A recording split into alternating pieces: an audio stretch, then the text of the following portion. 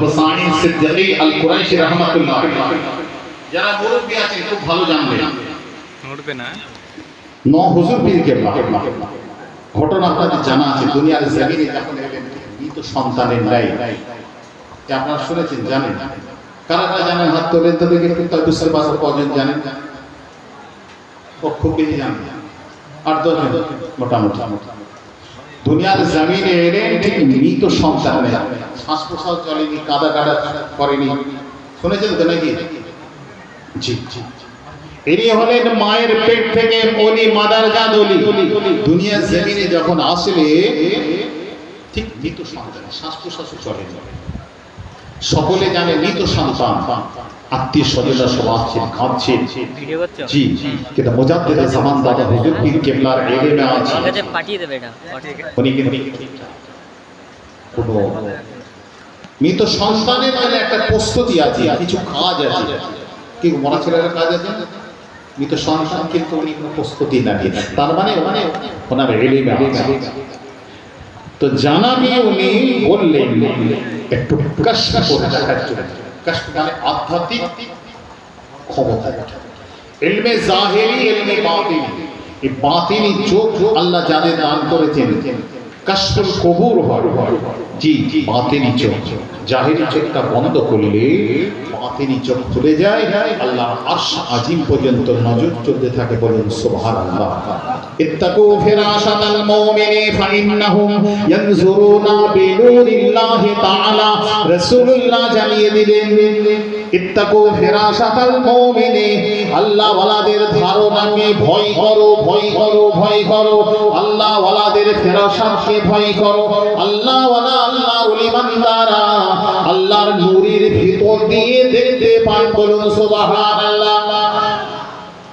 তো সুফি তাজাম্মুল হোসেন সিদ্দিকী আল কুরাইশি রাহমাতুল্লাহ আলাইহি, ইনি হলেন আমার দাদা হুজুর খানদান। হাজী মুস্তাফা মাদানী রাহমাতুল্লাহ আলাইহির কয়েক পিঁড়ি নিচে মুজাদ্দিদ জামান দাদা হুজুর পীর কেবলা, তানার ভাই আল্লামা আব্দুল ওলি রাহমাতুল্লাহ আলাইহি কয়েক পিঁড়ি নিচে সুফি তাজাম্মুল হোসেন সিদ্দিকী রাহমাতুল্লাহ, একই খানদান, একই মায়ের সন্তান থেকে, বুঝেছেন?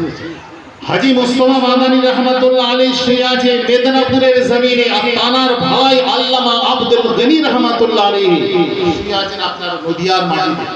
আপনারা জানেন না, আবার অনেকে জানেন,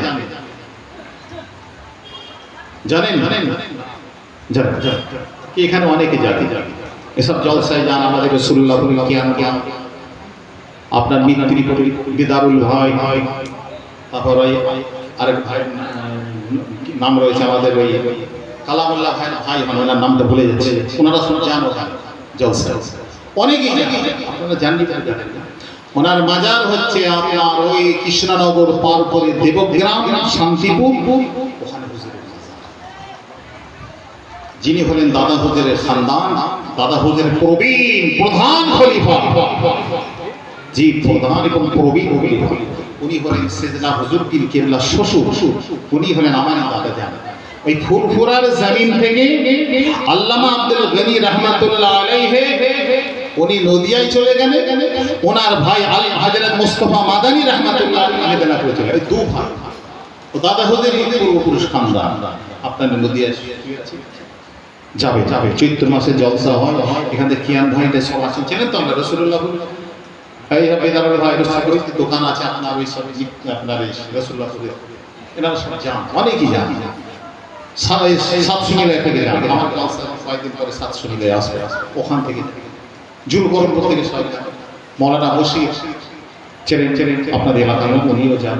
তো যাই হোক, এই সুফি তাজাবুল হোসেন সিদ্দিকী রাহমাতুল্লাহ আলাইহি দাদা হুজুর বলে দেখার জন্য, হুজুর কি করলে সাধারণ ভাত আপনার পুকুরে উজু বানিয়ে মসজিদে মসজিদের ভিতরে হাতে নামাজ পড়ে মোরাকাবা হালতে বসে, কিছু সময় মোরাকাবায় বসে মোরাকাবা শেষ করে দিয়ে বার হয়ে দাদা হুজুরকে বললেন, সালাম দিয়ে, হুজুর আল্লাহ পাক আপনাকে যে সন্তান দান করেছেন, মায়ের পেট থেকে ওলি, মাদারজাত ওলি হয়ে দুনিয়ার জমিনে এসেছেন, জোরে বলে এই কথা বলার কিছু সময় পরে হুজুর পীর কেবলা কেঁদে উঠেছেন, শ্বাস প্রশ্বাস চালু হয়ে গেছে, জোরে বলুন সুবহানাল্লাহ।